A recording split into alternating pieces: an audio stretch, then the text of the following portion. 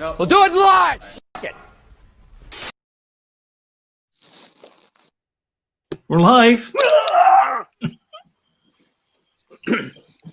Brilliant.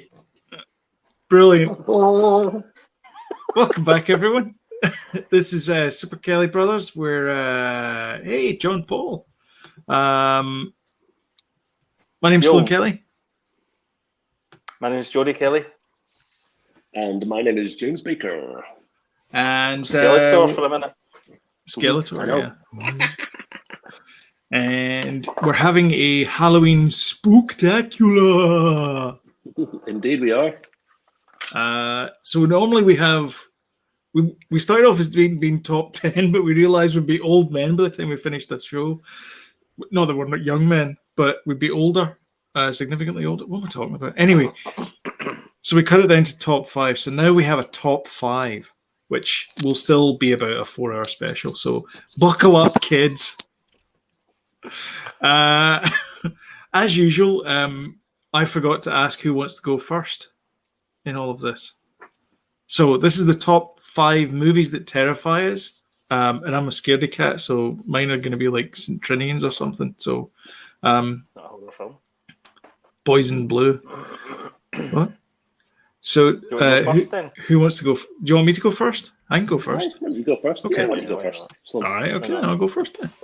All right. Okay. I'm just making sure you can see my Super Kelly Bros merch. Yes. Don't forget we have merch. There's going to be a link in the show notes when this goes out later on, but not right now. Available in a multitude of colours. Sorry, James. I noticed Jody having a beer there. I just want to point out I'm still doing Sober October. And if I can send you a cheers. If I can send you a link to my my Sober October page, so you can donate some money to the Macmillan Cancer Support. Yeah, put that in the chat. I'll put it in the chat. Put it in the chat. So right, anyway, sorry for hijacking. I'll drink my water now. No, absolutely not. No, it's what's the charity for again? Macmillan Cancer Support. Macmillan Cancer. Okay, so great charity. Please feel free to subscribe and make sure you put it up in the comments. I know he was finding it tough. Indeed. That's why I didn't do it. Better now. It's terrible, Better now. That's why I didn't do it. It made me feel so bad. That's why I didn't do it. Didn't you? What should we do now, Master Skywalker? Daddy, what did you do during the war? Daddy, what did you do during COVID-19? That's what Luke Skywalker asked. So he goes, Daddy, what did you do during the Clone Wars? Yeah. Then he loses Well, his hand. that wee guy. Oh, I died. We step backwards. Oh. Yeah. Sorry, we don't want to go there. This is Halloween. I don't want to go there. This is Halloween. Anyway, okay, Halloween. Not Star Wars. Star Wars. Not Star Wars. All right, so let's start then. So my number 5. It's not really in any order.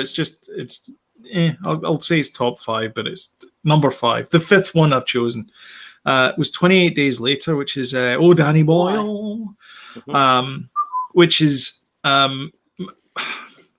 they call them infected. So there's 2 different types of zombie movie. There's zombie movies, which is the slow moving, brain dead zombie ones. Then there's the infected ones, which are the sort of Resident Evil, running up the stairs, gonna kill you kind of thing. What was that first one again? I'll do it in the night. Just checking. And 28 Days Later is Danny Boyle's version of the infected zombies. So it's not the slow moving zombies that kind of George A. Romero is famous for. My pal. Your pal. So the reason why I like it is because it was released in 2002, and it was the second. I think it was the second movie that year. It was the first movie anyway that was recorded on a digital video, and it was like a digital camcorder. So it feels like it's found footage. It's not found footage, but it feels like found footage. The other one was 24-Hour Party People, but I don't know why. They both get 20 in their name as well, which is in kind your of weird. top 5. No. I'm just saying that both of those movies had they were made in digital cameras, like handy cams, like prop these things. One of these things. Well, was 24-hour party people filmed in one of those? Yeah. Well, not exactly one of those, but yeah. For all intents and purposes, yes. And the reason why I like it is John Paul's wee icon there, by the way. I really like it. I know I've mentioned it before. But anyway, sorry. Lost my train of thought now. Anyway, I liked it because Doctor Who's in it, which is good. That Irish guy that I can never remember. Christopher Eccles. Eccles is in it. It's got a great cast. And it's all about this guy trying to like it wakes up. And it reminded me of Day of the Triffids as well, and that's one of the reasons why I liked it. Definitely. That whole waking up and the hello, doesn't know where anyone is and all that kind of stuff. I really liked that. And then he goes back to he goes back to his flat. And then he hears something, and then it's the Mr. Jackson from downstairs, and he's like, The beginning of that movie is ripped off completely from Day of the Triffids, apart from the fact he didn't unbandage. He didn't have his eye thing, yeah. But was it at the car crash? It's been a long time since I've seen the movie. It's an eye operation or something, or whatever he had. I don't know. Yeah, conjunctivitis. But he was all bandaged up anyway. Squint. Conjunctivitis. I don't know. Cross-eyed itis. Yes. But he had bandages over his eyes anyway, regardless, whatever it was. And so he took him off, and it was all chaos and all that kind of stuff. And it's I think that he stumbled about a bit first, didn't he? Probably, yeah. But it's the whole kind of decay as well, and how quickly these things kind of like go from being really cool places to rack and ruin quite quickly. It's the same thing that happened in I Am Legend as well, where like New York just becomes like overrun pretty quickly. And we've actually kind of seen that sort of with the pandemic, where like car parks are starting to get, weedy and things because nobody's using the car parks. Well, as the toilet paper lanes are getting empty, that's probably as far as we've went with dystopia. See, in Asda, is the beer lane still in the same place as the nappy lane? I don't use Asda, I wouldn't know. Okay. Well, I'm sure it's the same with everything else. I'll tell you what the equivalent is. Going to Morrison's at 6 o'clock at night, nothing there. Shocking. It's Morrison's you for you, that, James, at all? 6, 7 o'clock at night? What podcast is this? Morrison's? Old man shakes wrist at Cloud podcast. Hey, listen, don't you tell me, James, you're not going to be talking about supermarkets later on. I probably will be. Probably will. Number 3 will shock you. Yeah. So anyways, that's 28 days later. It gets a bit weird towards the end with the whole army base thing and the whole anyway, but it's that's the scariest stuff in that film, I find. The also way the army guys are treating Naomi Harris's character and the young girl, the way they're treated, and is it the major, the way he's looking after his troops? He just wants to look after them. And it's like, I'll feed you, I'll water you, follow me, I'll lead you into battle, I'll lead you out of this. But also, I know a man has needs, and he's able to satisfy those needs through like something absolutely far more grotesque than what those infected are. And that's probably, like, it's one of those things that my kids are getting to that age, I'd let them watch at 15, but I would let them watch 28 Days Later. No, 28 Days Later, yeah. No. Purely because of the It's a bit dark. Yeah. And I don't know if you recall the very, very first time you seen that film. the very first time you've seen that film, the most difficult part to watch is when they're trying to escape, when that music's building, that iconic music. That's the most difficult part to watch. Everything else is difficult-ish. Yeah. That is horrific, that bit where you don't know what's going to happen. And so now we watch it and have a beer, have a wine, and just enjoy it. But you didn't enjoy it the first time around. No. It was designed that way. Yeah, absolutely. And it did a fantastic job, that bit. And are we okay with spoilers? Aye. Okay. I mean, it's from an 18-year-old movie. If you haven't seen it now. Yeah. I love the bit because they want to head to Scotland because Scotland's like a safe place or something, and so they get there, and of course there's nothing there. It's the rest and be thankful was gone, and there's nothing there. And he looks up in the sky, and there's a plane flying overhead, And he's like, crap. They've just left the British Isles because the British Isles got infected. So there you go. That's it. Just leave them. And that's it. It's just Britain that's been affected. So some of the other things everybody else is getting on with it. In that when Cillian Murphy, I think he goes home. I've not seen it in ages either. But when I'm sure he tries to make it home to see if his parents or if whoever he's living with, I don't know if his parents or his aunt or uncle. I think that's the first one he goes to the flat. He eventually makes his way into someone. That's Brendan Gleeson. Brendan Gleeson. The guy that's in Bruges, the big heavy guy, the Irish guy. Oh, yes.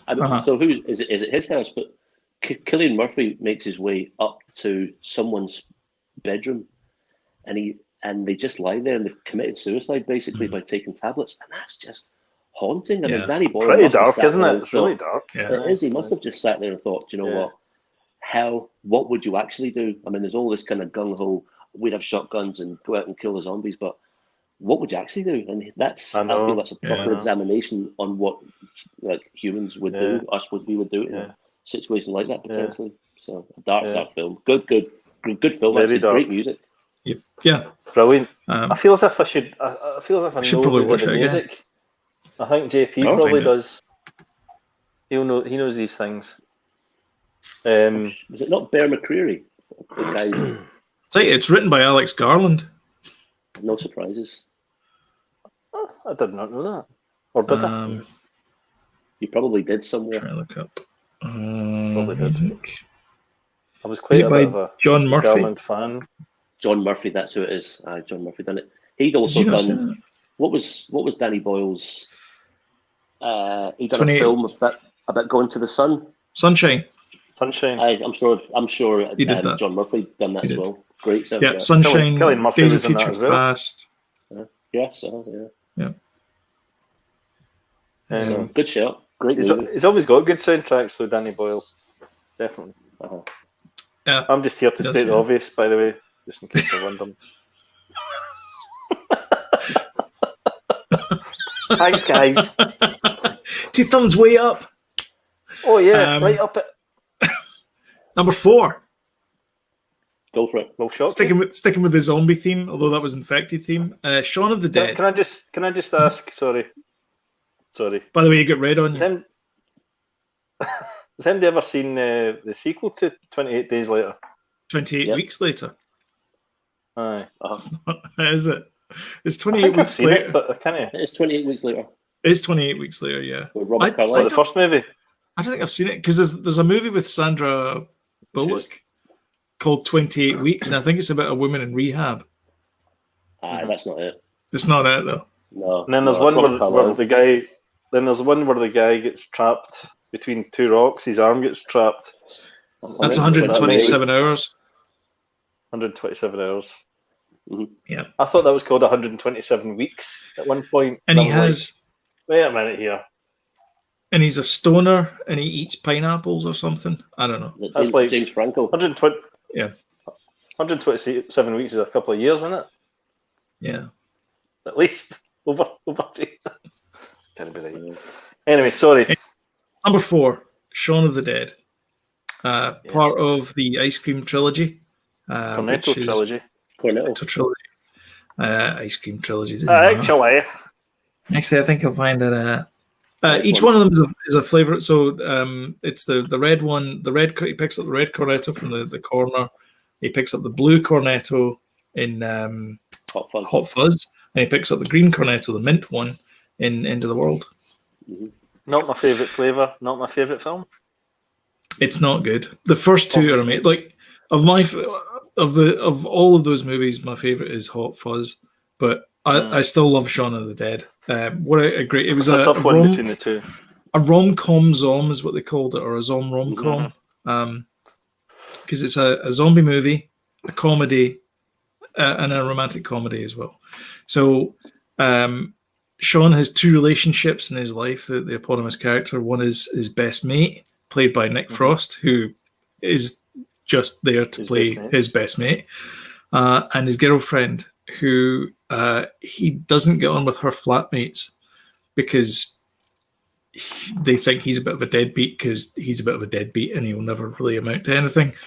And then something weird happens and people start getting infected, and these two have to save the world, or at least their world, which includes not his dad, his mum, the flatmate, girlfriend, stepdad. He's not my dad. Is that Bill Nye? Bill Nye. Yeah. Bill Nye is just Cracking guy. I love him. So good. He just like everybody in that movie's a great. He's always got a great brilliant. performance. He's always the same though, but always brilliant. Is he? You know? He's not the same in that Pirates of the Caribbean I think movie. he is. You think? Well, he's got hundreds of makeup on. But... Nah. All right, there, Absolutely. Jack. I thought he was great, and the movie's fantastic as well. The bit where the bit where they're doing the getting the zombie ready, and he's going like, "Let's see your zombie," and he goes, "I'll do it in the night," and he goes, "Do it now," and he goes, "That's pretty good." I'll do it in the night. Do it in the night. This is the night. And then the bit where his phone goes off, he goes, yeah, I haven't got any blow. And it's the guy that's phoning him is the guy from the shop that says you've got red on you. Because it's the same name of the same guy. And there's all these little bits and pieces that go in there. It's so cool. I like the bit where they're chucking records at the zombies though as well. And they're like, Blue Monday, 12-inch. No, not that one. Yeah, not that one. What about didn't they say, didn't he bring out Prince's Batman? What did they do with that? Aye, probably. Yeah, I can't remember. Yeah. He goes, I like it. The other one as well is the bit where she dumps him. They're lamenting in the pub, and Nick Frost says, "Do you know what we'll do?" He says, "We'll get drunk tonight. We'll have a Bloody Mary in the morning." And he goes through all the steps of the actual movie, and then we'll get a couple of shots in at the bar at the end. Mm-hmm. It's fantastic because they've only got a couple of shots left. It's just like it's beautifully really written. Good film. No. Yeah. Scary. Well done, those guys. Probably not. Written by Simon Pegg and Edgar Wright. Yes. Edgar Wright. Yep. The director, or did he write? Wait a minute here. He definitely wrote Hot Fuzz. They wrote Hot Fuzz together. Mm-hmm. Did they write Shaun of the Dead together as well? I think they did, yeah. Aye. Because people always assume it's Nick Frost and Simon Pegg that wrote. No, the only movie they've written together is Paul. Oh, really? Yep. Oh, that was good as well. I liked that. It's a great movie. That was better than the. They should have made that the third one of the trilogy. They should have. They really should have. It was a far better film than what's it? Mm-hmm. And Edgar Wright's a great. Sorry, I'm just taking my socks off. Edgar Wright's. Edgar Wright's. On you go. Mine's are already off. Fantastic. There you go. James has had it off already. His socks. The Sockless podcast. What was I going to say? Edgar Wright's a fantastic director, though, so it's a bit of a misstep for him, but he did make Baby Driver after it, so who cares? Did he not write Ant-Man as well? He did. Yeah, him and Joe Cornish wrote it together. Quite a long time before. He only gets a writing credit at the end because he didn't. Yeah. Because they kind of took it off him. Yeah, creative okay. And all that. Yeah, but I think most of their script get through. They wrote that script quite a while before it was actually made. Mm-hmm. It does. It reeks of Edgar Wright. Yeah, it's the bit in the middle with the which is really something. You know, one of the burglar guys saying, right, this happened and this happened, but the way they do it across all the scenes, across the characters, it's his voice. That is very, very him. Yeah, but they're saying it. Well, that's good, Sloan. I just remembered I've got this little ident thing here. Which, by the way, if you're enjoying this, you should hit the old like button and share it. Sorry, Jody, you've just disappeared there under the pumpkin patch. And as always, hit the subscribe button and the notification bell, and you'll get timely reminders of when we post up new content. And that will lead us straight into number 3. Oh. The Shining. I think so. The Shining. No? That won't okay. Some guy called Stan shocks me that Kubrick you've watched these films, this. though. I know you've watched this. But, yeah. I've watched all of these movies. I know you have, but The Shining. It's. I would definitely say this is my favorite Stanley Kubrick movie because I don't really like any of his other stuff. Sorry. I know I'm controversial and blah, blah, blah. How can you say that? 2001 AD is a masterpiece and yada, yada, yada. It's Leonard Rostand in space. I'm just glad we've only got 29 subscribers. Otherwise, we'd get powers. If you said that when we get thousands, we will get letters. No, you can say this Death shit threats. now, but not later. Death threats. How dare you say that? The man's a genius. Well, okay. Aye. That'll just be from me. Ding.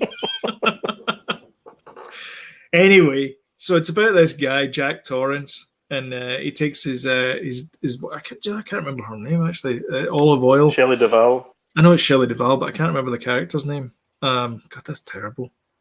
Anyway, takes up to the Overlook Hotel, and he's going to become the winter caretaker. He's a writer with a wee boy. With a wee boy called Danny, and he goes quite mad. With the isolation, ends up talking to a guy called Lloyd who doesn't exist, and there's some classic bits in it. I watched this. This guy was tearing apart the movie scene by scene, and it was a fascinating watch. And one of the bits is, he goes, everyone thinks this is a fairly innocent scene. He says, but when you zoom in the frame, you'll see that Jack is indeed reading Playgirl magazine. There's a bit at the start where he's just leafing through before he goes into the interview. Yeah. Yeah. He's just leafing through Playgirl magazine. I just thought it was funny. Don't they call it the shinning in the Shining? They do, yeah. The Shining. He goes, why'd you call it? Don't you mean the Shining? No. For copyright reasons, it's the Shining. The Shining. What's that? The Simpsons? The Simpsons, yeah. Oh, do you have the Shining? Halloween Treehouse specials. Yeah. They're always good to watch at Halloween, aren't they? They are. They are actually, yeah, they are good. They're not in my top 10, top 5. Anyway, it's a great descent into madness, beautifully written by your man Stephen King, who's good at these things. There's another one that he did. I don't know if they made it into a movie or not. Who famously has totally rejected the version of it, though, completely. The movie. Aye, the original movie is totally. So he's not a Kubrick fan as well. Does he get letters, Jody? No, because they never completely followed the book. So. Well, no, you can't follow the book though. I mean, and they added things. Can you imagine doing that in Ready Player One? Well, no, but also he did not like the casting of Jack Nicholson as the main character. Jack Torrance. Really? Why? Yeah. Why not? He didn't like that. Because he felt as if it was too much of a cheap trick. Too much Hollywood. Too obvious, a little bit too obvious, because Jack Nicholson was a bit like that anyway. But it would have been probably better to see somebody not like that and turn. See the how he would turn. But do you know who'd be good at that then?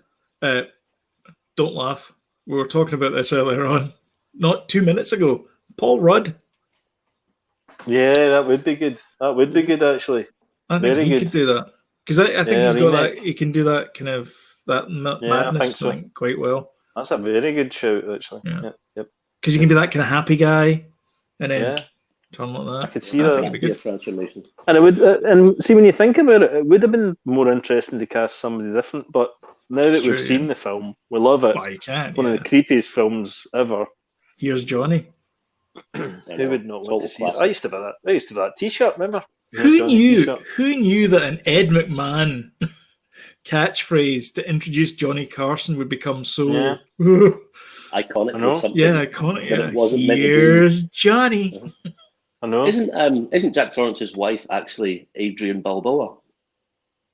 No, that's Talia Shire. I know. But to me, it is. Okay. What do you mean to you? Because I'm just like that. I think they look the same. That's Adrian She was Specsavers. She kind of channeled her, or maybe Diane Weiss channeled her. She's, I don't want to die, or there's a bit in it where she's like, I don't want to die. She would have been good actually. That was Independence Day. Not that Independence Day, the other one. Yeah, the more believable domestic one. Violence movie that we watched. Which, by the way, is fantastic and is, I would say, probably better than Independence Day, but very dark. It's very, very dark, especially. Why were we watching a movie like that? We'd run out of movie. For a background for that, we used to go. My dad used to be my first officer on the Merchant Sea, and we used to go over when we were younger, and we would watch every single video that was in the mess, including all the Korean karate movies and everything, and not totally everything. I think we've went through this before, James. Yeah. On this podcast, but we can speak about it somewhat. But I like hearing it. And one of those ones was that film we watched, because we just watched everything. Yeah. That's why we've got such a broad taste, I think, in movies. Yeah, definitely. That you can't really believe that an 11 and a 12-year-old is sitting watching Gallipoli and going, this is one of the best movies ever made. That's one of our favourite movies of all time. It is. But I'll tell you what, some of those Korean movies were pretty good. Number 5 will shock you. Anyhow, moving along. So yeah, that's The Shining. Great movie. Great film. That's the end. Also, the end. A strong top 5 here, Sloan. This is unprecedented. Thank you. Jesus. I think it gets a bit better actually towards the end. Anyway, so The Shining. The B-roll was also used in Blade Runner as well. The bit at the end where he drives away into not in the director's cut, but in the cinematic release, the theatrical release, they used that bit where they was taking Rachel away to somewhere, and you can tell because it looks completely nothing like the rest of the movie.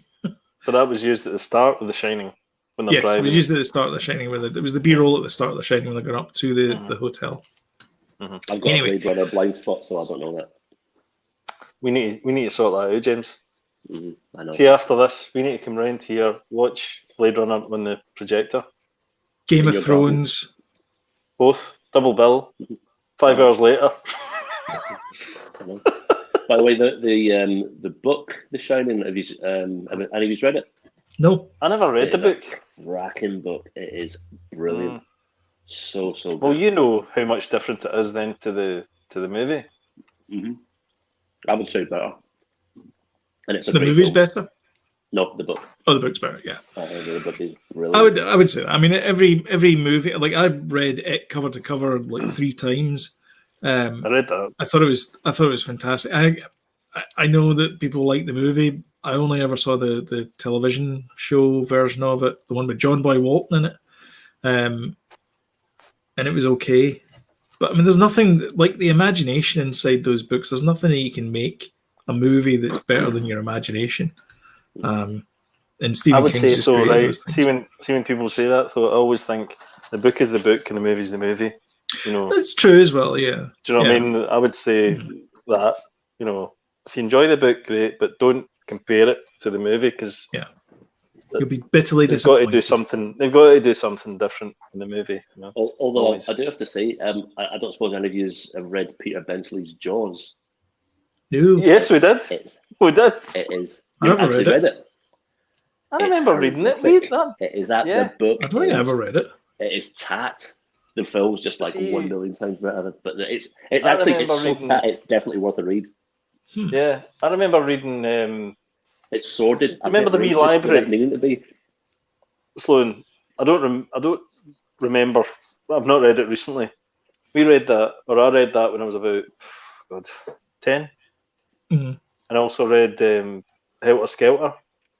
I read Helter Skelter. Manson family. Yeah, because Dad had that. Copy. No, it was like a wee. It was like a library.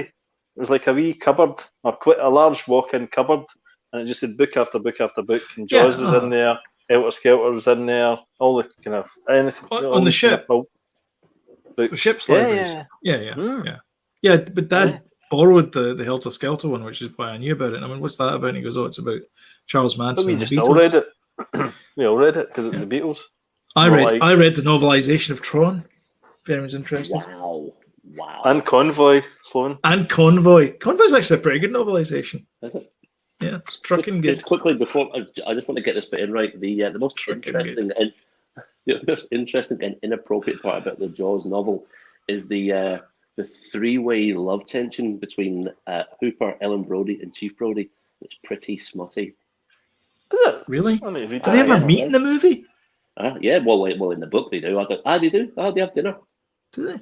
They have dinner. Brody's having dinner. Hooper. Yeah, sorry, Hooper. Yeah, you're right. Sorry. But there's this love thing, and it's pretty disgusting. It's just like, I can't believe this is this book. So, just for that, it's just like. I think we all need to read that again. Bizarre. I'm sure. You all need to watch it in Blu-ray as well, because you know the mayor of Amityville, Mayor of Amityville. Mm-hmm. That's another movie. He's got this like seersucker blue suit on, and for years I thought it was like a kind of grey color. It's seersucker, which means it's like white and blue pinstripes, and he's got little anchors all over throughout the suit. It's adorable. I know. I like it how he's always smoking in the hospital. Yeah. He gets his, and he doesn't. Okay. Sorry. There you go. No, I was just going to say, I think we missed a trick. We should maybe have done eras of top 5. Somebody should have done 70s, 80s, and 90s top 5. Do you want to stop the show? Right, start from scratch. Start again. Come back. Okay. Right, everyone, just come back next week, and then we'll do another list. Right, so that'll be 2021 then. Yeah. All right, number 2 in my list. I can't believe we've been live for 35 minutes now. Number 2. Number 2. Number 10. No. Number 2, Zombieland. Oh, brilliant. Which, another zombie movie, I'm sorry. Is it a horror? Infected movie. I would say it's more of a comedy than anything. I will admit that I'm stretching it ever so slightly here. Shaun of the Deadish, but somehow funnier and better. And the sequel, Double Tap, which took 10 years to make, is every bit as good as the first one. It's brilliant. It's I know so I need good. to see it. I know. Honestly, it's hilarious. The bit where they meet their doppelgangers. Mm-hmm. Brilliant. That was done in Shaun of the Dead as well. They all met the yes, it was. Yeah. I wonder if it was maybe a hold off joke. And they were like, "Oh, we can't do that because those guys did it." Mm-hmm. Maybe it was. It was supposed to be a TV show. Zombieland was supposed to be a TV show, but they never quite made it a TV show. Anyway, Zombieland and Zombieland Double Tap, I guess, as well. But yeah, just hilarious. Like the opening bit where he's got all these rules, like cardio and double tap. Yeah. And, check the bathroom stall and all these little rules of his like how he survived the zombie apocalypse, because Bill come Murray's into well, this movie. Yeah, Bill Murray's in it as well. Yeah. You come into the movie after the zombie apocalypse, not when it's about to happen. And I guess it's kind of similar to 28 Days Later as well, because 28 Days Later is after, but he's got no knowledge of it. At least in this one, it's like, Columbus has got knowledge of it, and he's explaining to you, the audience, all that kind of stuff. I loved the bit as well where there's a few great bits in it, but one of the rules he's explaining, and it's all these little, like, princesses, these little girls that are dressed up as princesses, and they're all like, they're all running after this woman who's like maybe the mum or the birthday party supervisor or whatever. And she gets in her people carrier and she just mows them down. I was like, just make sure that for a while, actually. It's great. It's one of those films that I find in this house we can finish it and we can just watch it again. Finish it and watch it again. Yeah. And in the second one, what's the girl they find? She's all dressed in pink. Yes, it's Zoe Dutch, I think is her name, but I can't remember her. I can't remember her character name. Yeah, but as in real life, it took 10 years for it to make. Well, 10 years had passed in Zombieland. Yeah. So obviously things like Uber hadn't been out, and she's sitting in the back of the car describing, "I've got a great idea. I think if you're wanting a lift from someone's house to go somewhere, you could actually just go and drive in a normal person's car, and then maybe you could rate them and stuff." So funny and clever. Yeah, that was awesome. Yeah, Madison is Faith. That's right. I'm watching it with Faith. I'm like, "Do you get that, Faith? Do you get it?" She's like, "Yes, Dad, I get it. I get it." That's like Zombie Kill of the Week. Zombie Kill of the Week. Yeah, that's great as well. The Leaning Tower of Pisa. Yeah. And the whole the bit at the end as well, where they go to the theme park, like the last time we were in Universal. So this is obviously last year because pandemic. Ironic, but it was the one of the scare zones was based on Zombieland, and it had all the rules around the place. But it was set up. It had the fairground as well. So the bit where Little Rock and what's her face, Wichita, they were sitting on that thing that goes up. The kind of skyscraper thing that goes up. Yeah. So they had that, and had scare actors there as well, being those people. So they would come down and be all these zombies going, "Ah!" It was fantastic. It was such a good scare zone. So Zombieland, another fun movie for me. And number one for me is Alien. I know people call this a science fiction movie, and I don't. It's a horror movie. It's about this creature that boards the ship through nefarious means. I won't spoil it for you. If you haven't seen this movie, it's 42 years old now or something, I think. Okay, fine. John Hurt's in it. Another Doctor Who. And he gets impregnated by this egg, this face hugger thing that pops out of an egg and goes right through his suit, and it goes all the way down, and you can see that all this kind of stuff there. And it's the crew of the Nostromo, which is a great name for a ship, which is based on a Joseph Conrad book called Nostromo. And it's a first appearance of Ripley, played by Sigourney Weaver. What's the guy's name? Bishop. Is the robot guy. Dallas is the captain. Ash. Sorry, Bishop's the second one. Ian Holm. Yeah. And then there's Dallas. So you're with characters? No. Yeah. Because Bishop's played by Henrik Larsson. Yes.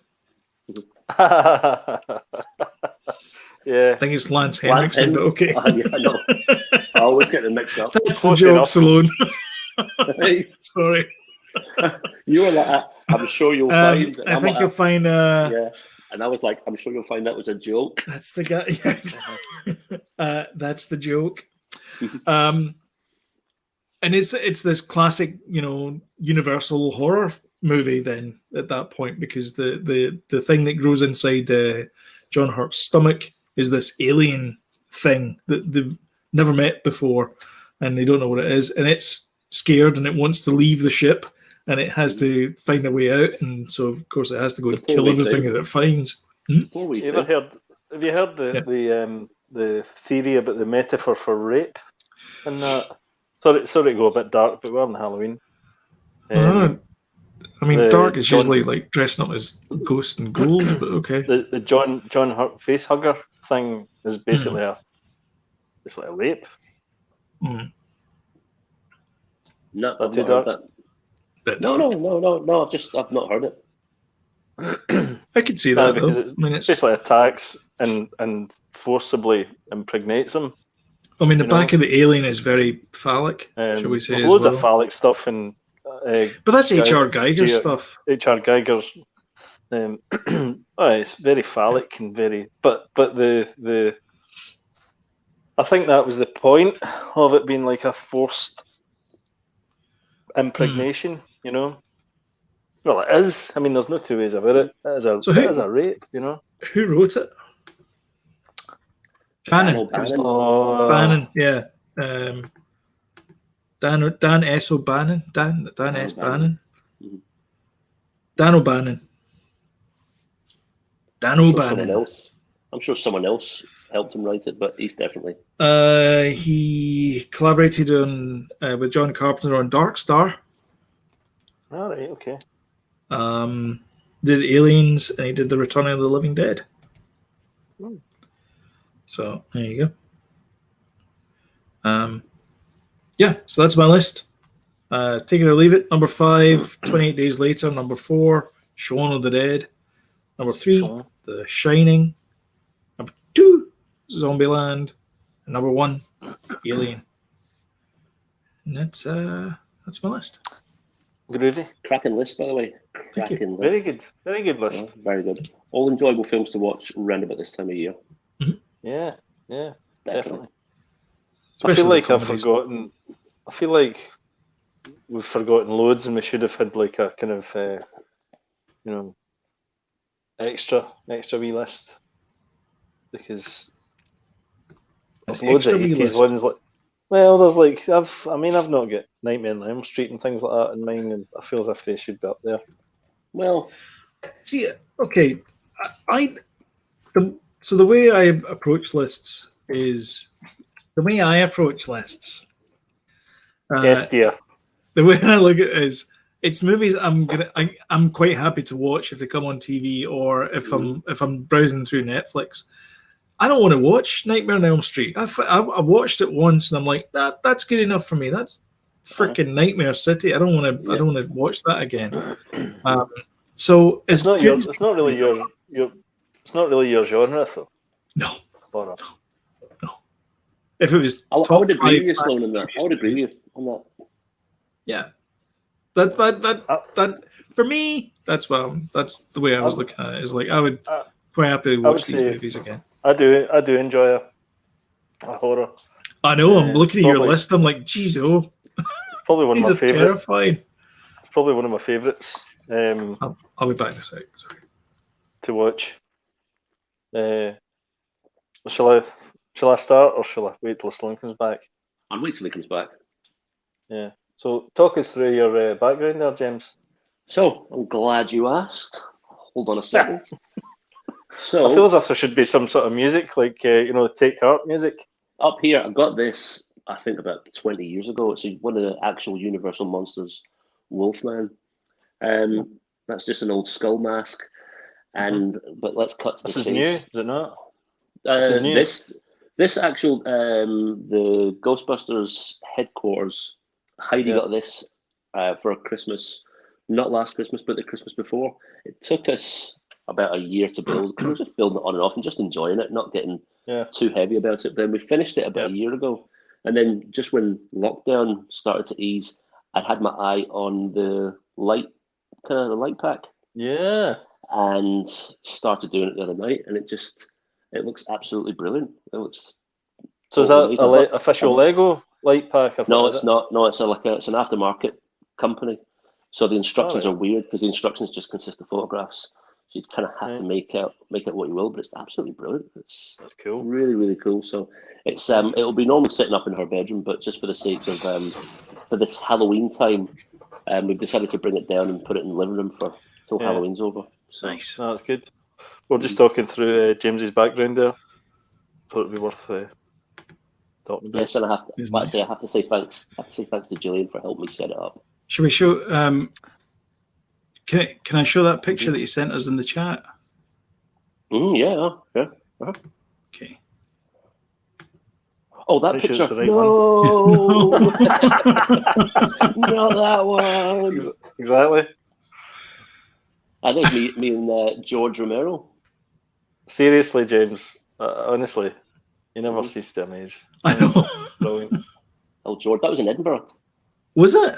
Yeah, he done a tour of Land of the Dead when that was coming out, and he came to some cinema. It was a Q&A in some cinema in Edinburgh, and we all went through. Myself, Gillian, my friend Graham, and we went and watched Land of the Dead, and then he done a Q&A afterwards. And I love going to gigs and stuff, and when you were allowed to go, but I don't just like leaving. Like if there's a chance of meeting someone, then I'll always hang about for like a long time until they come out, and eventually he came out and was such a nice guy. Is that a Harley Davidson top you're wearing? No, it's not. It's a Arkham Asylum inmate's top. Okay. Because it's that kind of Harley Davidson orange that matches the pumpkins. Definitely is. Yeah, it definitely is. But I'm so glad I met him. So glad. Cool. What a guy. What a really nice guy. Yeah, that's good. They say never meet your heroes, but they only meant that about Evel Knievel. Yeah. Richard Hammond met him and he said the guy was a nightmare. Yeah, I know. I saw that documentary. Well, either that's a nice segue into your top 5, James, or I think it is.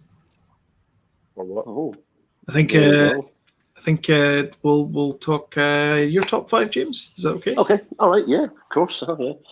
So let me see here. Right. I've got some notes here as well. Right. Mine is kind of in order. I like that a little bit, and I don't like it when you guys say, "Oh, in no particular order." I'm like, it's him. It's him, James. It's not me. No, it's not. Sloan, it's him. It's you as well. It's not. I'm going to start off with Halloween, 1978's Halloween, for a lot of reasons. Thank God somebody said it. It is a great film. I can't say I feel particularly petrified or terrified when I watch it now. I just love the filmmaking. I love the fact it's the 70s. I love the music. Yes, absolutely. He plays Loomis, doesn't he? And Jamie Lee Curtis. I think that's. I know probably Janet Leigh's the birth of the Scream Queen, but to have Jamie Lee Curtis, her actual daughter, literally take the mantle up from the 70s. She's the proper, dare I say, golden era or modern silver age, maybe. And now she's in. Well, it's cancelled now, but she was in that show Scream Queens, and she played the principal of the dean or whatever it was of the faculty. Right. So I love his music. I mean, when John Carpenter does music, it's just he does the film and does the music. It's just you're onto a winner. I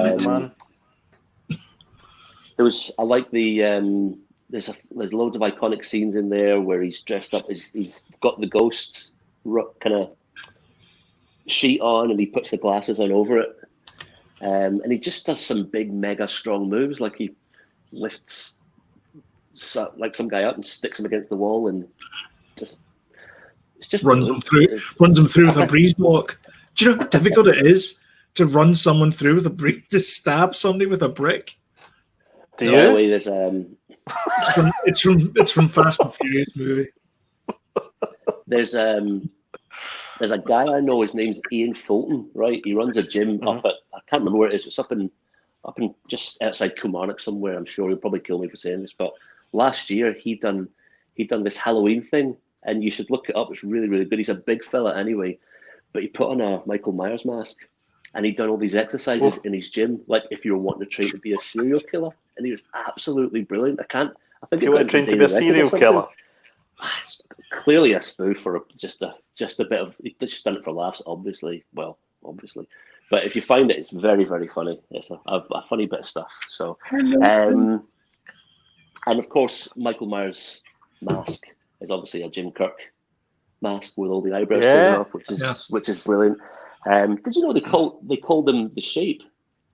I vaguely remember Michael Myers' character. It was called the Shape. I don't know if it was called the Shape in the book, but one of the most terrifying things about that whole series of movies was the fact he also went on to play Cat in the Hat. That was a different Mike Myers. Oh, is it? All right. Okay. All right, okay. It's Austin Powers one. Right. Sorry. Oh, it's actually quite funny, and isn't it in Baby Driver when part of someone's job was it to get Michael Myers mask? That's right. And they all get Austin Powers mask. And Jamie Foxx's region. Yeah. And I was going to say one more thing about that. What was it? No, I just love it. And I'm not an aficionado when it comes to Halloween. I've watched Halloween a handful of times. And I think I quite like it just to be that way. I don't want to be an aficionado. I quite like to forget bits and you know, and if it was on tonight, I would definitely sit down and watch it and just have a good time. And I just know it's a great film. Just know it's a cracking film. I think the atmosphere that it creates in it, and the music, and it builds, and we spoke about Halloween before, but the fact that he's supernatural, he is borderline physically superior than yeah, because when if spoilers, when he drops from the building and survives the fall and disappears, and he's very strong obviously as well and stuff. And is it I know we spoke about that he's like he's like a kind of not supernatural, but he's a super. They push the boundaries. They really, really push the boundaries in the storytelling of what he is able to do without fully going into the, he is supernatural. Yeah. Then they don't call that out. There's just like there's a mystery. There's a mystery there. Yeah. Yes. Is it not the first? I don't know. I'm asking. That's why. But is it not like the first movie where they had a character like this? Because then they followed it up with Freddy and Jason and all these kind of. Of course. Mm-hmm. Well, Jason was first, was it not? Friday the 13th was first. Friday the 13th, I think, was first. Although Voorhees didn't really come into the end of that one, did he? It was his mum. So I don't know. I'll be honest with you. 1980. Oh well, so there you go. Maybe Michael Myers was the daddy of them all. Wouldn't surprise me. Brilliant. Friday the 13th. Kevin Bacon was in the first Friday the 13th. He was, yeah. Camp Crystal Lake. Yeah, 1980. American slasher film. Which one? The first Friday the 13th is 1980. And Halloween. So when was 78? 78. So it's 2 years before. Oh, so Halloween was the daddy. Yeah, in fact, the golden age. Okay, so cashing in the driving success of Chainsaw Massacre and The Hills of Eyes. Of course. Texas Chainsaw Massacre 1974, Hills of Eyes 1977. Mm-hmm. Oh, listen, if you want to just go away and just readjust if you want. Just we'll edit that bit out. You can readjust if you want. Just one more thing. So listen, that's my number 5. I'm going to go on to another. This might sound an obvious one. I'm just going to go on to the 2018 sequel, the direct sequel to Halloween. We went to see, myself and Jillian went to see it in the pictures. It's absolutely brutal. It's got is that the latest Jamie one? Lee Curtis. That's the latest one. Oh yeah, it's got Jamie Lee Curtis in it. It's clever storytelling. It's people who do podcasts get hideously murdered. The guy who I don't know who plays Michael. Always good. I know. So it's just brilliant. I just remembered I have to go. I'll see.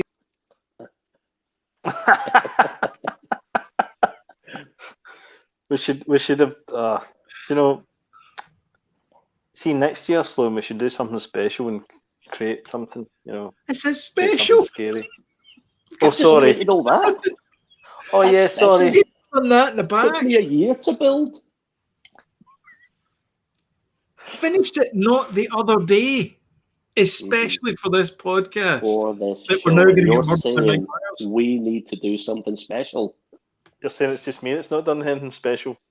Apart from I am special. Again.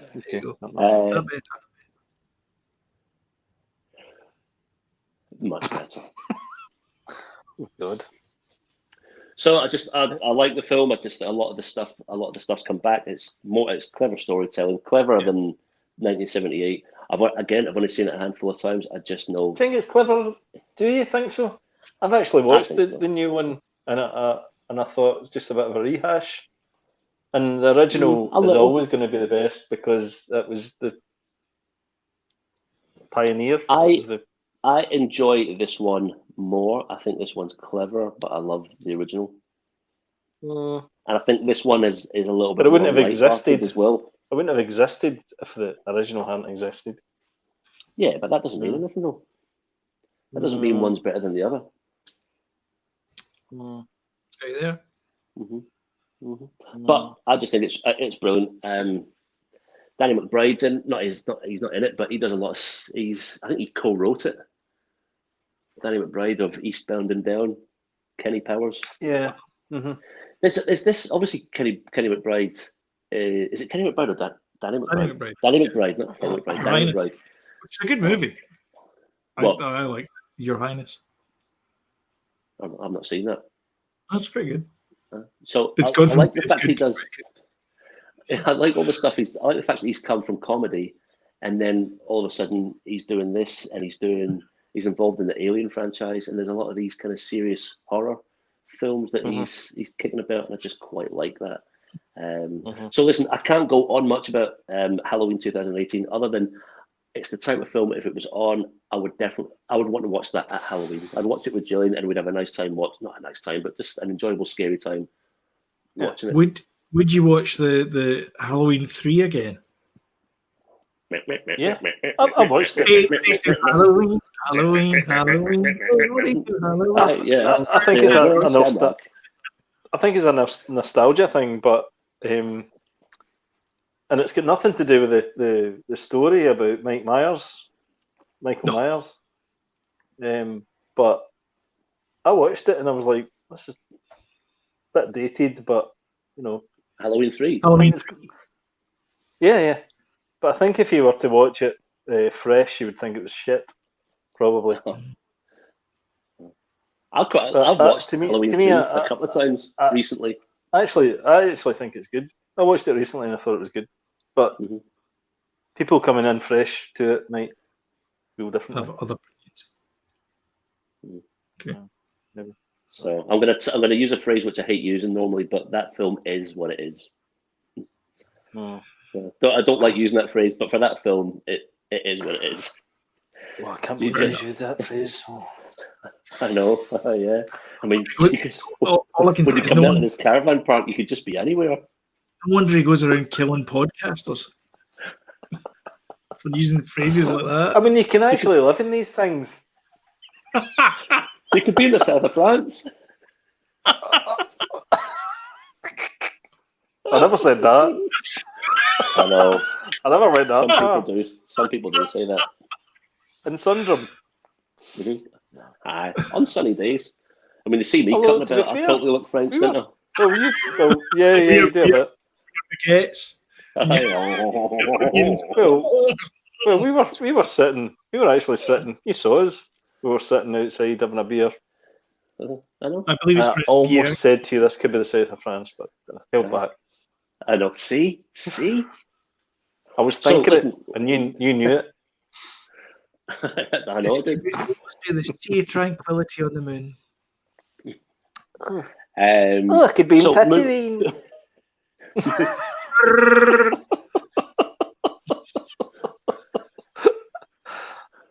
Jakku, or the lake of Naboo. Oh, hold me, Annie. Like you held me in this lake in Naboo. Right, listen. We're digressing. I'm going to move on to my number 3, which is the Dawn of the Dead remake by Zack Snyder from 2004. Again, it's another film that myself, first and foremost, I mean, Sloan, you were talking about there the reason behind the lists. Yeah. When you make the list, and it's like it's a film, if you think it's on, you can watch again. So therefore, you probably didn't insert Nightmare on Elm Street because it is a good film. But do you want to put yourself through that all the time? It's kind of a one-off, or not a one-off, but you could watch that very sparsely. Whereas the films we're talking about, when they're on the telly, you're like, I can watch that. I can watch that a couple of times actually. It's nothing like this, but I mean, it's like climbing to the top of Everest. It's not something you want to do every week, but once you've done it, you're like, that was good. I enjoyed that. Hello, Green Boots, on the way down, and then you can see you've done it. Yeah, for sure. So the Dawn of the Dead, it's stylized, it's action packed. It's the film that we kind of, myself and Gillian, we were. That was the year we got married, so it's got a lot of nice kind of experiences around it. And if we were having a Chinese on a Friday night, we just put the Zack Snyder's Dawn of the Dead remake. You romantic bastard. Quite a lot. I know, yeah. And it's got. But that was the first time I noticed. What's Phil Dunphy's the actor's name? Oh yeah, he's in it. Ty Burnett. Is he really? Ah, yeah, he's in it, and he plays. I don't remember that. He plays a bit of a git. He's in. What was it we were watching? He's in, and he plays this. He plays the boyfriend of some character. I can't remember what it was, but I'm like, oh, that's Ty Burnett. Yeah, it's a shame he's not in much. He's so good. He's good in that film. I think if the kids ever seen Dawn of the Dead one day, because Modern Family is never off in this house. I mean, I like it, but it does my head in. But if they ever see it in that film, they would be like, oh my gosh, I can't believe what Phil Dunphy's doing. Have you not showed them that yet? No, not yet. I mean, they could handle everything else. They just couldn't handle Phil Dunphy.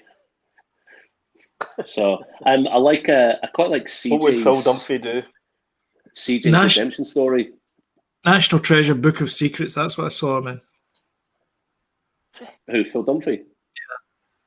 Oh. There you go. Sorry. CJ. I think he's a great character. I don't know if you remember his redemption story. He's the security guard for the shopping mall. And I knew you mentioned this. I told you. Is that Dawn of the Dead? Shopping mall isn't a supermarket. Is that Dawn of the Dead? No, we're talking Dawn of the Dead. We're talking Dawn of the Dead. So is that the one with the supermarket? Is that the one where they get the school bus and they all jump from the roof to the school bus? Yes. I like that movie. Aye, it's a good film. So the CJ's character's the CJ's character's got a real good the way he ends up from where he starts off. His journey's really, really good. Always like that. The effects are good and it's just stylized. I need to see that again, man. I remember watching it and thinking to myself, it was a really respectful version of the. Well, they made a career out of it. No, they made a game out of it, Dead Rising. Dead Rising on Xbox. Yeah, because it's set in shopping mall. Ving Rhames is in it as well, and they've got there's a couple of nods to the original Dawn of the Dead. Ken Forey, I can't remember the guy's name. He's in it, and he says he's on the TV, and he talks about when there's no more room left in hell, the dead shall walk the earth. So he's like one of these preacher guys that comes on the telly and says his infamous line from the original Dawn of the Dead. Okay. There's loads of stuff in the helicopter that crashes in the very beginning. It's the newscaster helicopter that they use in the original Dawn of the Dead. There's loads of wee things. You know what? I've seen the original, and I think I've seen the remake as well. Remake's great fun. I mean, if you like 28 Days Later, it's more fun than 28 Days Later. Yeah, it's a bit. There was a few bits where it was like tongue in cheek. I thought, all right, just remove him from the narrative, much like Eliza Hamilton. So music's good. I think that was Zack Snyder's first shot at properly directing a feature film. I think he's done a great job as well. So yeah, again, that's one of these things. Myself and Julian end up liking quite a lot of zombie films. When it comes to horror films, I'm not into films like with demons and stuff like that. I like slashers or zombies. Yeah, he did Dawn of the Dead. Then he went on to do 300 and then Watchmen. Yes, 3 cracking films. He done Sucker Punch as well, didn't he? He did. Yep. Yeah, Sucker Punch. And he also did Legend of Guardians, the Owls of Goa'uld, or whatever the hell it was called. Which was that him? Yeah. Oh, I didn't know. Didn't realize that was him. Yeah, because I didn't think much of that. No, it was not good. No, he also did Suicide Squad. So we'll see how that turns out. Hey, he done what? Well, he exec produced the original Suicide Squad, but he's back again doing. Well, he's not directing it because it's what's his face that's directing the new one. Oh crap! Who was it that was directing the new one? Gunn. Yes. Yes. The James Gunn. The Guardians of the Galaxy guy. Yeah. After he got fired from them digging up an old tweet. Yeah. Then he's back. I'm back, baby. So Zack Snyder's finishing off a Netflix zombie film, which is about to get released, which sounds absolutely amazing. So obviously he had to leave. Either did he leave the Justice League because he had that his daughter had committed suicide? Snyder. Yeah, he did, and so he had to. So he left there, right? And it is Army of the Dead. Army of the Dead, and they've got to break into Las Vegas. A zombie heist film. I'm in. Yeah. All right. Yeah. Interesting. So he's doing that. This is his. He said this is his first like proper creative experience since his daughter died, since his daughter's passing. And Netflix have just said, look, you just go and do what you want. So, and he's like, he literally has. So, and I think that's got to be out soon. Do you think that's therapy for him? Do you think that's therapy for him doing his Snyder cut of Justice League then? Because that was his film that happened on, and he's going to complete his version of it. I wonder if that's therapy. I don't know, Jody. I don't think that is as much therapy as this zombie film with them saying, just go and do what you want. Like, he literally has creative control over everything. Because it's such a tragedy what happened, while he was making that movie. They had to drop out. There's a lot of stuff going on with Joss Whedon and all his bullying tactics. Joss Whedon, that was who did behind finished it, like people are like, yeah. I'm sure. Who's the guy that played Cyborg? He was going to take him. I think they are going to take him to court, and Jason Momoa standing up for him, like lots and lots of bad ill feeling. Yeah. A lot of the actors giving Joss Whedon like a really hard time there because he gave them such a hard time on set. Oh right, I heard about that. Really bitter about it. So, but listen, it couldn't have been on there for very long though. What? I don't know. I don't know. I think it reeks of Whedon. To be fair, I think the opening scene. Exactly. There's bits of Snyder. Was he not writing the exec producer on that? Yeah, but they must have shot a lot of stuff. I think they did too. I think he dropped a lot. I think they dropped a lot of stuff, a lot of Snyder stuff. I think you'll find when that Snyder to see. Yeah. When that Snyder cut comes out, it's coming out as a 4-parter, isn't it? 4-part maxi series. I think on HBO. It'll be a completely different movie. Completely different. So very interesting. Dawn of the Dead, 2004. Again, it's just the type of film that if it was on, I'd watch it from beginning to the end. I love the that song I think it's by Disturbed, Get Down with the Sickness. No, there's one of my favourite songs. Is it actually wedding song? No, no, but have you not heard the wedding song version? That's my exact point.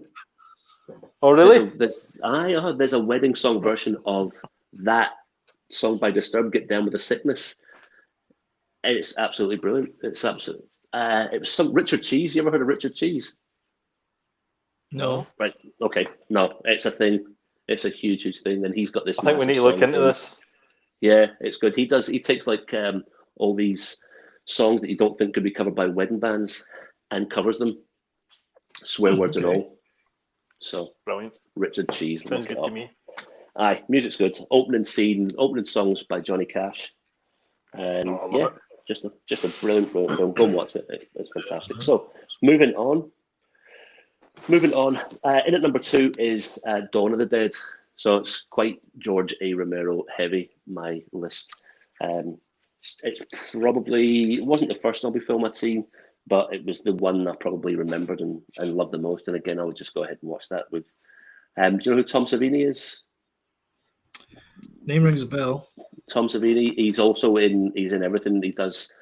He's directed a couple episodes of Walking Dead, but he was like one of the original zombie guys from back in the day. Is he not in? He was Sex Machine in Dust Till Dawn. Yeah, Dust Till Dawn. Yeah, Sex Machine. Is he like the Andy Serkis of zombies? Probably, yeah. Do you remember Sex Machine in Dust Till Dawn? And his gun pops out of his crotch. Yeah. No. That's Tom Savini. But I've seen that film millions of times. No. Yeah. That's Tom Savini. So he's also in the remake, but he was in that. He plays the main bad guy, the kind of the head of the motorcycle. I think he's been in Niagara Falls Comic Con as well. Probably has. What a legend. What a great guy. So I don't need to speak too much about Dawn of the Dead, the original one, because I've spoken quite a lot about it when I've talked about the remake. But it's an absolute classic film. I'd watch it 100 times. I've seen it 100 times and I'd watch it 100 times more. A brilliant, brilliant movie. So I quite like the fact that... No, colour. No. Night of the Living Dead is Romero's. Oh, sorry. Night of the Living Dead. Yeah, I've definitely seen the 78 one, and I think I've seen the remake of Dawn of the Dead. I get totally mixed up with there's loads of... So in...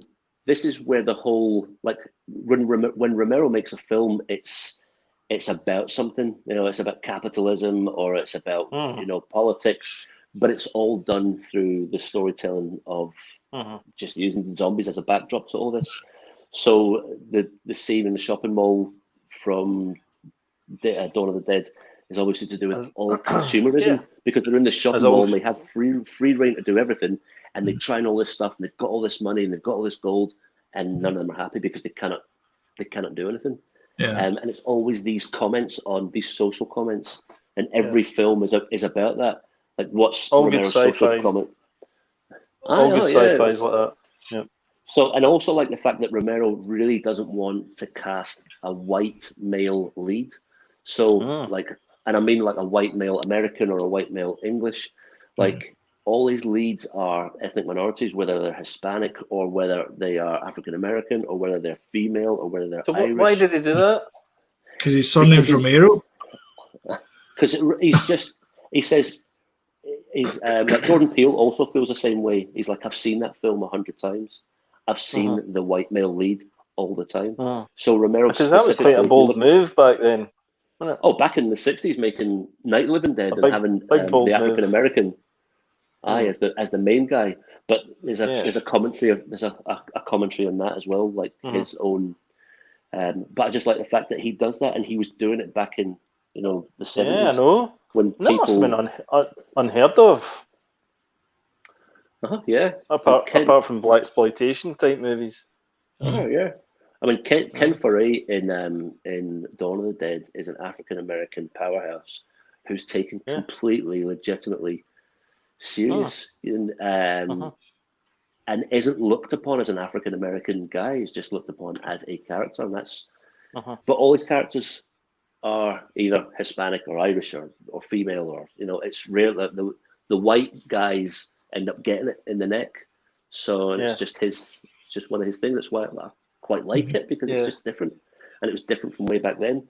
And there are many other reasons. Yeah, and it's just, and you know what? See, this time of year when it's Halloween and you see like all the leaves are falling off the trees, and you can look outside and you see it looks like autumn. It's the type of thing that I could definitely just sit and watch on like a Sunday morning or even a Sunday evening. When that time when the clocks go back, and you just feel, that's the film. That's one of my go-to films. Along with my number one choice, I'll just segue into that real quick, which is Day of the Dead, and that's probably my all-time favorite. Day of the Dead. That's a commentary on army, and it's a commentary on American foreign policy, and there's loads of other things. But again, the leads are Irish, female, Hispanic, and it's another fantastic film. Music's good. I don't know if are you a fan of the Gorillaz? Of course. The Gorillaz. What was the first album they had? I think it was Feel Good Inc. Feel Good Inc. There's one of the songs where you hear. That was the song. It was Feel Good Inc. The guys. One of the songs has an opening. I think it's the song M1A1. Hello. That's taken from. There? That's taken from the opening scene of Day of the Dead. By the way, I always thought that was taken from 28 Days Later. No, because he does the same line. Swear to God, he does the same. If you watch those films, if you watch Dawn of the Dead and Day of the Dead, you'll be like, that's been used in 100 films. That's been used in 100 films, and that's been used in 100 films. Like all the stuff from 28 Days Later, all the stuff from The Walking Dead, like loads and loads of movies. 100% ripped off Romero. Not ripped off, played homage to, because when he stood in London Bridge, you know the bit I mean, Sloan, in 28 Days Later at the beginning, when he Ben, gets out of hospital, he's like, Ben's "Oh, there ain't nobody there." I'm sure he says that. Ripped Yeah. up, or a as they say, a homage. Homage. To it. Yeah. Homage. So like loads of stuff. I'm obviously a huge fan of Romero. That's apparent. So I like a good zombie movie. I mean, zombies. A lot of my top 5 was zombie movies as well. 2 of them. Definitely. So no, there 3 you of have them. it. My top zombie movies. Sorry. Yeah. And there's loads of stuff in Shaun of the Dead. You know, the whole his mum's called Barbara, and they're like, "We're coming to get you, Barbara. They're coming for you, Barbara." Yeah. That's the opening. That's the opening bit in Night of the Dead. Night of the Living Dead. Where they're sitting having a picnic in a graveyard for some reason. Mm-hmm. He's going, "They're coming for you, Barbara." It's a great one. So there's loads of that stuff. They starred. You know, Nick Frost and Simon Pegg starred in Land of the Dead. They're such massive fans of Romero. They've got a bit where they are, you know, you've got the big part where it's obviously the Republicans and they're all in their offices and they're all still kind of, they've got gold and cocaine and all this stuff, but then you've got the people who are slumming it in the streets.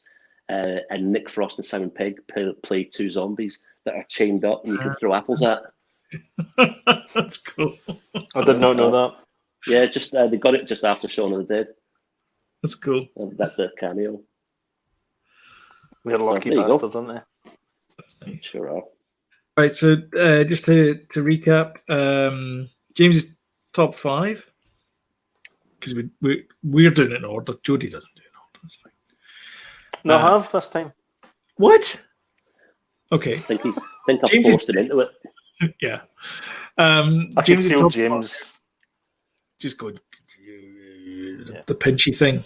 Your sorcerer ways. Number 5, Halloween, 1978. Halloween, 2018. Dawn of the Dead, 2004. Dawn of the Dead, 1978. Good year for Merlot. And Day of the Dead, 1985. Such a top 5. It's a strong list. Zombie heavy. Mm-hmm. Zombie attack. No? Zombie Nation? No. Zombie. Oh, yeah, which features in Shaun of the Dead. Features in Shaun of the Dead. Mm-hmm.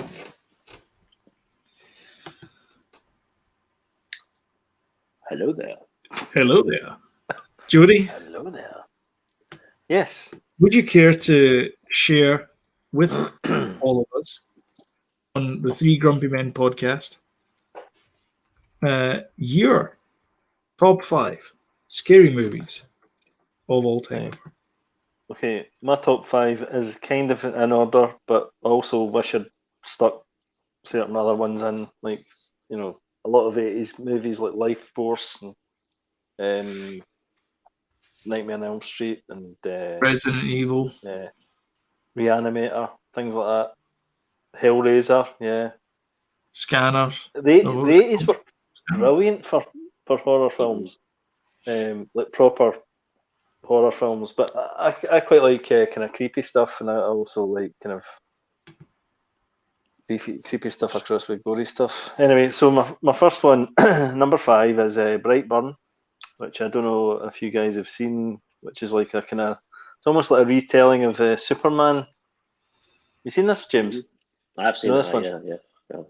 So it's like a retelling of Superman, whereby a little kid comes from space and lands the couple that can't have kids, bring him up as their child, and he doesn't realize his superpowers, but things happen, but his superpowers are not for the good, and it goes pretty dark, doesn't it? Aye. It's from last year. I think it was just last year.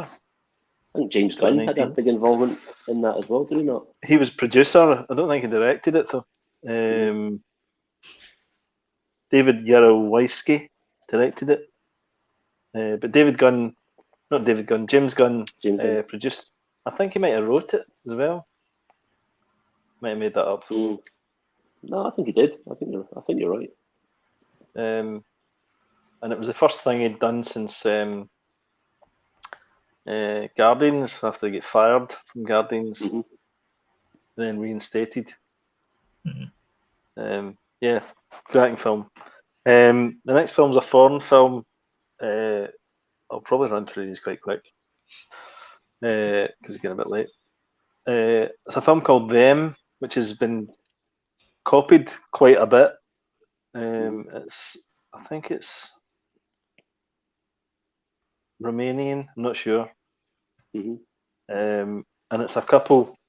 They move into a new house, and at night time they hear this noise, and they're like, "What the hell is that?" Right? And then things start happening in the house, kind of thing. They keep hearing this kind of weird noise, and then like cars appear, and then disappear, and they run out into the drive and go with the, house in the middle of nowhere, big driveway and all that, and it gets weirder and weirder, and it's very good, and it's been copied a few times, and I'll probably spoil it by saying The Purge copies it a little bit. The first Purge, not what happened after that. And I think there's a film called The Strangers as well, with Liv Tyler in it. And I can't remember who the other guy is. Jody, what year is that film? As a remake, pretty much. This one, Them is 2007. Strangers came out maybe a couple of years later. I'm thinking. I think it's pretty much almost not quite a straight remake, but it's pretty similar. Very good film. I'm going to go The Thing, John Carpenter, which we spoke about millions of times, which is... It's the remake, John, the one with Kurt Russell. Actually, it's a remake from the black and white. Yeah, the remake, Sloan. I'm just, you know what? I'm just saying it in case somebody puts in the comments. Actually, that was a remake. The 80s Kurt Russell version. Christ, we've discussed it numerous times before. It's probably. I think we're all fairly big John Carpenter fans. Big, I mean, not like massive. Well, I wouldn't say massive, but I would say massive. John Carpenter. The amount of times it gets mentioned in this bloody podcast. It does. They're all, do you know they're remaking Big Trouble in Little China? Yeah, I did. I did know that. Yeah. With Dwayne Johnson. Yeah. Surprise, surprise. I know, wise and everything. Yeah. Much like Kurt Russell was in the 80s. Just saying. Yeah, he was great, Kurt Russell. Yeah, The Thing's a good choice. Still is good. Definitely. Plays nobody in Fast and Furious franchise. It does. I think that's our next big watch is the Fast and Furious franchise with Danny. He seems quite keen to watch those movies. You need to watch it in sequence. Our next. Yeah, we will. Definitely will. No, not in cinematic release sequence. You need to watch it in chronological order. Oh, really? It's one of those ones, is it? It's just one thing. You just got to watch The Fast and the Furious, Too Fast, Too Furious, and then the other movies up to 6. Then you can watch Tokyo Drift. Then you can watch 7, and then 8. Right, we'll do that. I keep forgetting to ask you, when are you buying Animal Crossing? Danny keeps asking me. So you can play at it. Probably this month at some point. Oh, really? All right, okay, I'll tell him. Just so I've got something to tell him. Okay. He keeps asking me, he's like, when's Uncle Sloan going to buy Animal Crossing? I'm like, come on, Uncle Sloan. I know. Come on, mate. Come on. What does this have to do with the thing, Jody? Steering the car back onto the road. Sorry, nothing. I'm just gonna hijack your top 5 for 2 minutes. I forgot to show you this. Oh, it's Flyboy. Oh, so we can do a zoom in. And Flyboy from Dawn of the Dead. Oh, fantastic! It is cracking. I've had that for about. How come? I'll tell you. You know what, James? That's very good. Do you know what we should do? We should, you know how you were going to do the toy thing with your brother? Anthony. And it never quite happened. Or the toy thing didn't happen. I know the other, you're doing something else. But we should share things that we've purchased. Not in this one, but maybe the next one. Maybe we should have this conversation offline. But anyway. Yeah, so the thing, well, God, we've spoken about it millions of times. Hello there. It's Luke Skywalker with a fish. Oh my God, that's horrific. Sloan, why do you do this to me every week? Why do I do this to wind you up? Is it working? Have you got a figure of him milking a big elephant-like aquatic creature? No. Good. Right. Just checking. Imagine that figure comes out. Oh, that's better. I could just reach in there and just. There you go. Oh, you wish. Imagine that technology was available. Anyway, so the thing we've spoken about it millions of times. I went the wrong order there. Damn it. Anyway, I've got Halloween in as well, which we spoke about. The original one. What's Halloween without having Halloween in it? Nothing. I watch it every Halloween. I try and watch one of those movies, and the first one is still probably the best. Although number 2 is pretty good. Number 3 is pretty good as well. And but the first the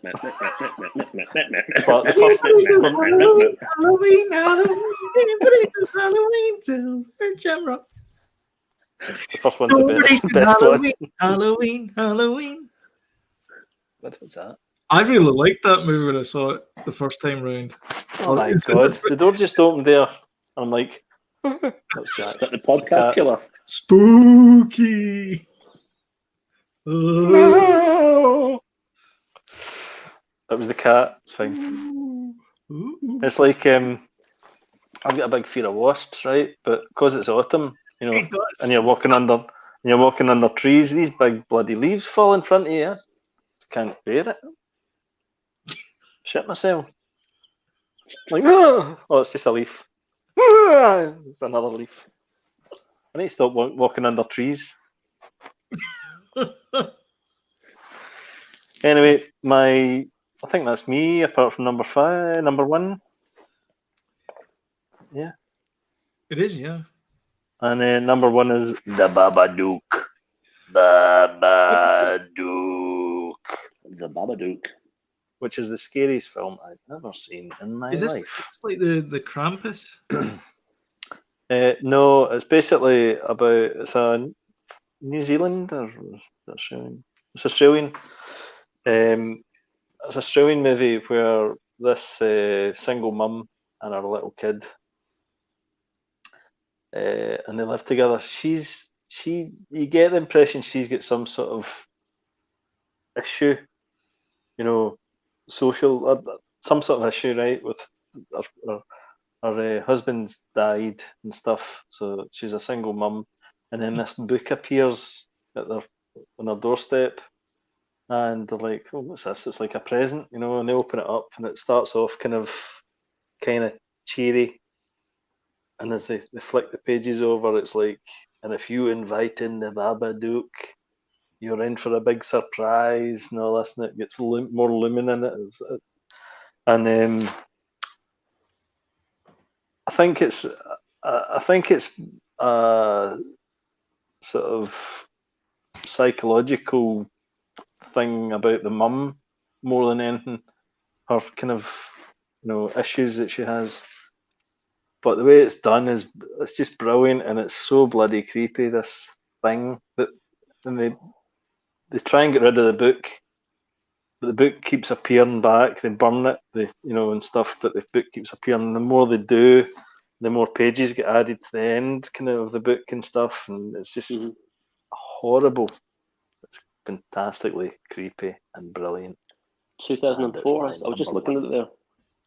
No, 2014. 2014. 2014. Sorry, sorry. And then just look at the parents' guide. Everything's mild, moderate, except when it gets to the frightening and intense scenes, and that is severe. Yeah, it's brilliant. Okay, all right. It's one of those ones. It's not. I don't like horror movies that are grotesque or over the top, like Hostel or things like that. I don't like those kind of aggressive movies that are gory and stuff like that. I like the creepy ones that are slow burners that are I like those kind of horror films, and that for me is number one. Cool. Not an Eli Roth fan then? I wouldn't say I'm not a fan because I do enjoy his movies. I did enjoy Hostel, but they're not my favourite type of. Not your favourite type. Horror. All right, okay, I get it. Yeah. And I enjoyed one of those Everest things. I've done it now. Don't need to see it again. Well, I'll tell you what.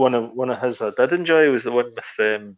It's like when you get double glazing from Everest. You just need to do it once.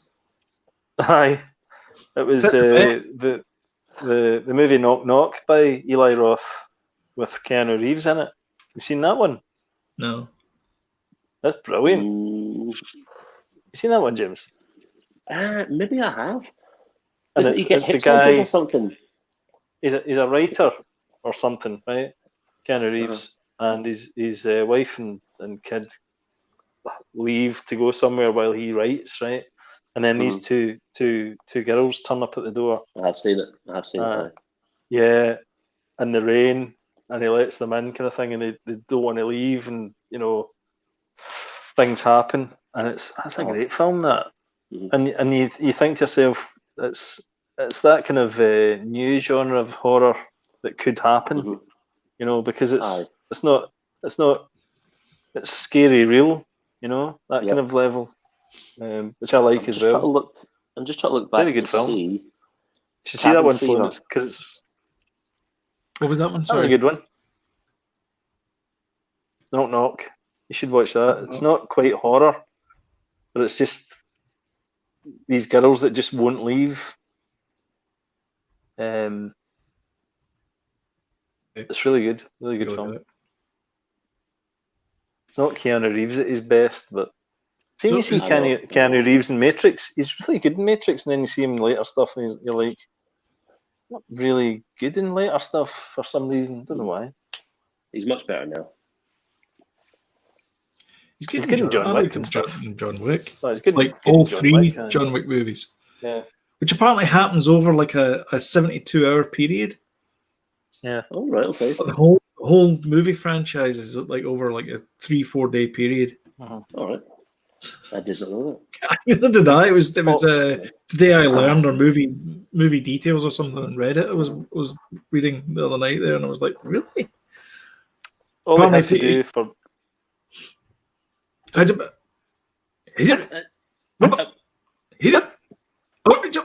No, you've. I closed the wrong window there earlier as well. I went, I don't need that window. Command Q. Drop the stream. Whoops. Did you? Yeah, that's why I disappeared. Really? I thought you were waiting to the toilet. No. It's killed the stream. No, well, I was just going to say all we needed to do for the makeup for from a segue from John Wick to Bill and Ted was just to shave his beard off. Because it's the exact same hair. But he looks weird without the beard. Have you seen that movie, new Bill and Ted movie? Me and Danny watched it. Yeah, I've seen clips from it. He does look weird without it. It looks weird without the beard. Yeah. Looks old. Weird without the beard. It does. Yeah. Bit like myself. Alrighty. So your let me get this right. Your top 5 was Brightburn. Yep. Them. The Thing. Yeah. I did them in the wrong order though. Can I tell you what it was meant to be? Sure. Brightburn, Halloween, The Thing, Them, Babadook. Isn't that the order you done them in? No. No, I think I did them wrong. No. I think I did them second, It was also not the order that you gave me in the chat earlier on. Yeah, it was. Brightburn, Halloween thing. Which leads me to believe you just made up your order because I was moaning about it. I didn't mean to, though. It's because I was reading off my notes accidentally. What order is it supposed to be in? Brightburn, Halloween, yeah. The Thing, them. Babadook. That is the order you sent them in. So for some reason, your notes are out of order. Yeah, because I didn't only put notes in for 3 of them. So I started reading the next lot of notes, thinking that was the next movie, but it wasn't. It wasn't. Giving away my secrets. Well, at least we figured it out now. So we didn't mention in any of it. Like, I was going to mention it in my top 5, but I didn't because I didn't have enough room for it. Was Resident Evil, and it's a movie franchise that I enjoy watching. Mm-hmm. And when it's on TV, I'll quite happily sit and watch it. But I didn't feel like it's not the greatest horror film, though. I'll tell you what the greatest scene is in that. So the cheese cutter scene, the one with the lasers, and they're going, "Oh, we've got this." That's one of the best scenes. Yeah, that's where Michelle Rodriguez kind of came to light. Really, she shone. Actually, it was the Fast and the Furious. That was her big first film role. She played Letty Ortiz. Aye, but didn't she? I thought after Resident Evil, I'm not saying that's. Listen, wait. Excuse me. Put your glasses back on. I wasn't saying that was her first. This is a nerd off. I'm a nerd off here. I wasn't saying that was her first film. Stand back, everybody. She got a much bigger role with a cooler character. Come on, guys. I think so. Yeah, and she was good in that movie as well. A movie franchise as well. Jeez, calm down, guys. Come on. You're arguing the same thing. No one's on the opposite side. Have you noticed my hairs? I've got hair now. I'm growing it. I do notice that. Why is that? Well, so when I'm walking through Sundrum Castle, right, I can feel the wind in my hair now. It's just, I'm like that. It's too long. That's why you're happy. I know. It's unbelievable. I was saying to Jillian earlier on, if I was a Pixar character, probably about a month ago, I would have been fairly cheap to animate, but now I've got hair like Merida. Yeah, I would be so expensive to animate right now. Can you not see? Yeah. But for the first time, I can feel the wind blowing my hair in a direction. Yeah. You need to start tying it back soon. I know, and then I found the fiver. Then you found an empty bottle of Iron Brew and you took it to the shop. And got 20p back. And I couldn't believe it. Got 20p pick and mix. I know. Great. 20p pick and mix contains 4 items now? Used to be able to get a fudge for 20 pence. Oh, we got back to the podcast. Calm down. Do you know what you used to get for 20 pence? 2 Freddos. You did. Or 2 copies of Commando. Oh, that's right, yeah. Oh, the comic. The wee mini comic. Yeah, the wee mini comic, I love that. From DC Thompson. That's it, 2 copies of Commando. That was where, I know where Frank Quietly started. Or no, it wasn't. It was Grant Morrison. Was it not Grant Morrison? Was it? One of the other. One of them. They all did somewhere. I'm sure they did. I can't imagine if you're a comic book, or if you're an aspiring comic book artist in Scotland, there's like 2 places you can go, and one of them's DC Thompson. Surely. Yeah. And the other place is some place you've never heard of. Was Commando DC Thompson? I don't know. I'm pretty sure it was. Yeah, Commando. Might have been. Could have been. 2 copies of Commando. I thought you were going to. There was a certain style. There was a certain style of comic. Commando, war comic for action and adventure. Britain's longest-serving war comic, published stories of action and adventure since 1961, features classic cover images and book stuff, blah, blah, blah, blah. Published by DC Thompson. Aye. I remember we used to get it in the McLean's newsagent. Yeah. If Do you know what it is? You could get a copy of Commando and a 10 pence mix up. Yeah. Do you know how much it is? Those now? were the days, James. £25. Aye, that were the day. And you tell that to the kids these days, they wouldn't believe it. They don't. They're awful lucky. and maybe you could get a 10p glider. Do you remember? Now you're talking. Do you remember Eagle came back? That was your comic, Jody. Yeah, Eagle. Yep. With the weird talking. See that face thing that you've got, the mask that you've got. This one. James. Oh yeah. Yeah. It was like one of them. What, do you remember that? No, not the Mekon. There was like a. They did this. It was before Viz Comic. They used to do these photography comic strip things. Yes. And it was just people going like pointing at things. Yeah. And it would be like a caption, like, "Oh no, the invaders!" Wasn't Dan Dare in that in Eagle Comics? Yeah, Dan Dare. Yeah, Dan Dare, pilot of the future. Yeah, they were going to make a Dan Dare movie, and they never did it. We're waffling here like crazy, by the way. We are, yeah. We should probably end the stream. I know. Anyway, just before you do, I'm going to waffle a wee bit more. You know that whole hello there, that thing. So Heidi does every morning, or every time I see her, I can see her like 10 new times a day, and she's like, "Hello there." So I've started doing the Alec Guinness back, but now it's morphed. James, so you've told us this. No, it's morphed.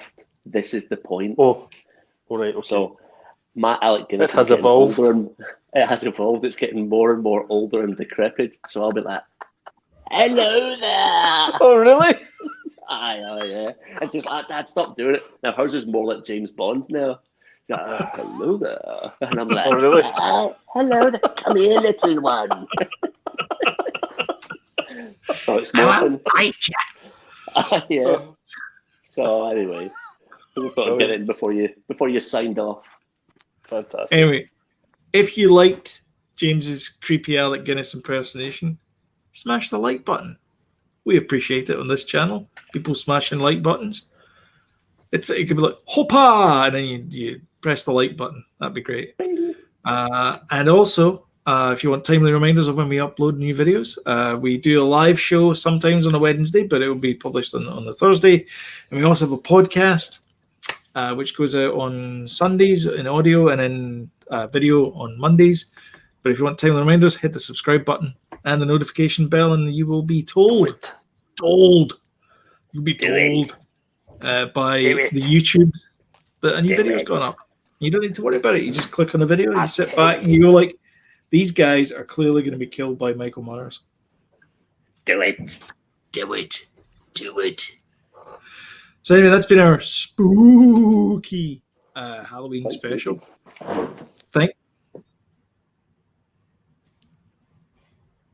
Oh my gosh, got such a fright. Thank you all for watching.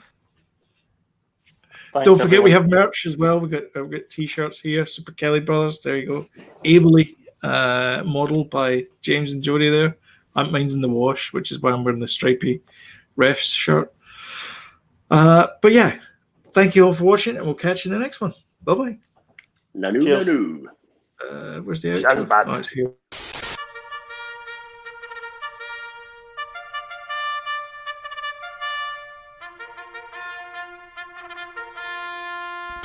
We'll do it live!